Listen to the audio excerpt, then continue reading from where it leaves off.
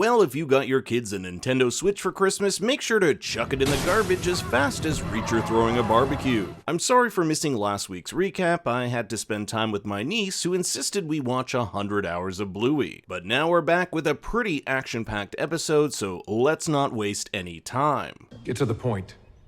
Smells like monkey shit in here. And just a reminder, I have not read the books, so there will be no book spoilers in this video. Our episode begins with the aftermath of the warehouse explosion from the end of episode 5. The shooter from Calvin Franz's funeral claimed that it was none other than former Special Investigations member Tony Swan that he was hired by. The last few episodes has seen Reacher struggling whether or not his former team member could turn like this. Reacher's been adamant that Swan is a good guy, and this might be partly because Swan actually took a bullet for Reacher in a drug bust gone bad. Once again, it's O'Donnell who's quick to accuse Swan of being a turncoat, but if you've seen my episode 4 video, you'll know that I think O'Donnell, and to a lesser extent Dixon, could actually be a secret villain. Now I could totally be wrong here, but Russo says the explosion was caused by an IED tripwire that only a pro or someone in the military would know how to assemble. O'Donnell is said to, quote, be in position at the time of this explosion,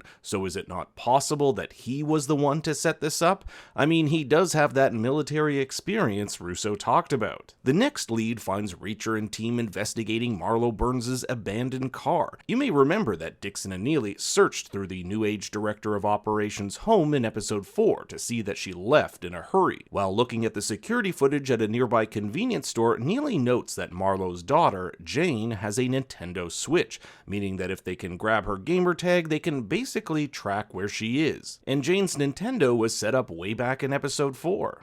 Jane's a gamer. And bonus points if you caught Reacher reaching for a Clark bar, a nod to his obsession with them in season 1. Clark bars are the best. Our murderous comic book nerd AM continues his killing spree when stopped by a parking cop. In order for her to fill out her warning, she needs his ID, which will undoubtedly flag him since he stole the identity of the now deceased doctor from episode 4. And while the team waits for Jane to log into her Switch so that they can track Marlo's location, Reacher plans for some shut-eye, but Dixon has Dix on the mind.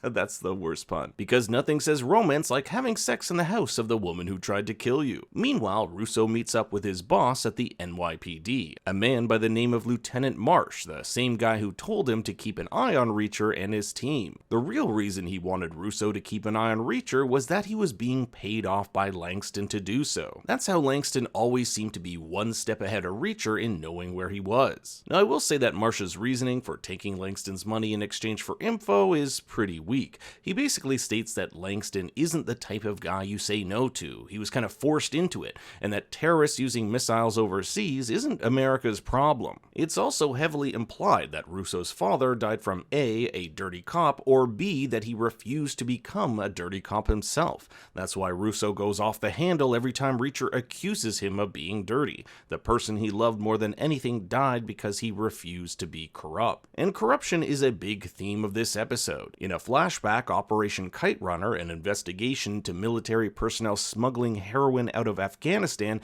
is officially terminated. All because the military can't have the new colonel looking bad. If others found out tons of heroin was being smuggled by our own soldiers under the colonel's watch, it would not be a good look. Now, Reacher says he'll follow orders and do what he's told, but knowing Reacher, I wonder if this isn't the last time we've heard of Operation Kite Runner. The real bombshells this episode come from Marlo Burns, who Reacher and the team are finally able to pinpoint at her friend Chad's house. Reacher wants to know why Marlo would give them an address to an ambush, the same ambush we saw in episode 3, but Marlo swears she had no idea, that it was actually Langston who gave her this address. In fact, Marlo had been working with Tony Swan to find out what Langston was up to at New Age. In episode 5, we learn from Russo that all the security personnel at New Age, except for Tony Swan, were from the same NYPD precinct and under investigation by Internal Affairs. They all retired, and suddenly the charges went away,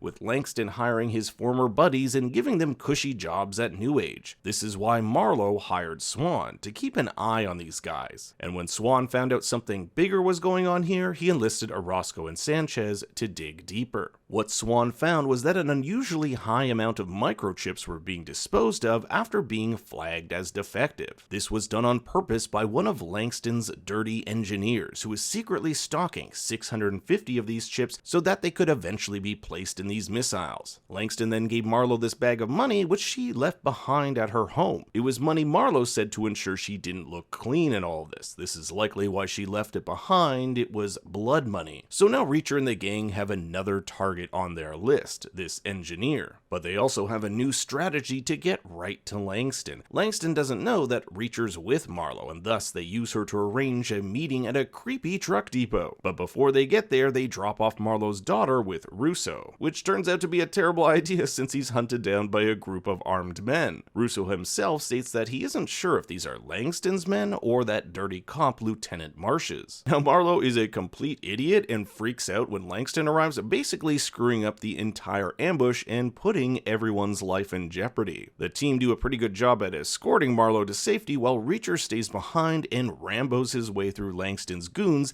until it's down to just the two of them. I also thought it was a pretty cool strategy to call Langston's phone to figure out where he was. Langston, however, is saved by the Bell, or in this case, helicopter, where he makes his escape. But the most dramatic moment of the episode is Russo's last stand. To save Jane, he valiantly takes on his attackers, getting shot twice in the process. And just to show you how cutthroat these guys are, they've been instructed to kill the girl too. It's not always fair, kid. Yes, Neely, O'Donnell, and Dixon come to the rescue, but a little too late. Russo is fading fast, and the last shot of him, he looks ominously still. He looks pretty dead to me, but with the sounds of nearing ambulances, who knows if he'll make it to episode 7. But now I turn it over to you. What did you think of the episode, and what do you think will happen next? I want to hear your thoughts and theories in the comments below. Thanks for watching, be sure to like and subscribe, and for more bad takes, you can follow me on Twitter and Instagram at ThinkStoryYT. Until next time, remember, He was stopped by barbecue. He died from trans fats.